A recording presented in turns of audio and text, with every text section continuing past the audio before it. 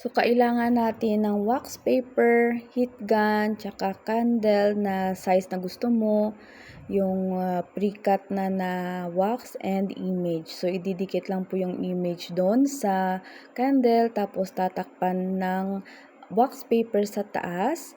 Tapos, i-heat gun po yan. Yung wax paper po, available po yan sa mga supermarket, sa baking stores.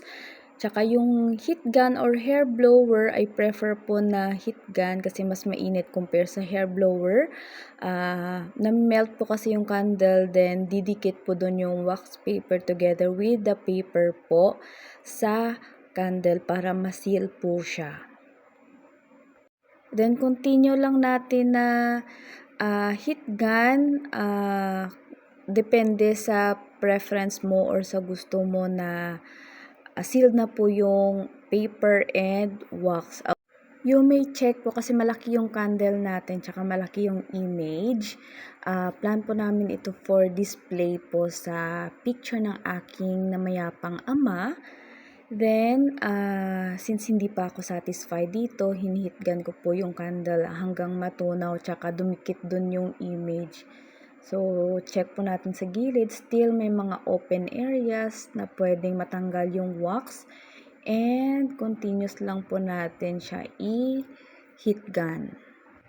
Yung process na ito po, pwede po nyong gamitin during, pwede sa mga souvenirs, sa paggawa ng candles, sa mga dibu, or sa paparating na undas.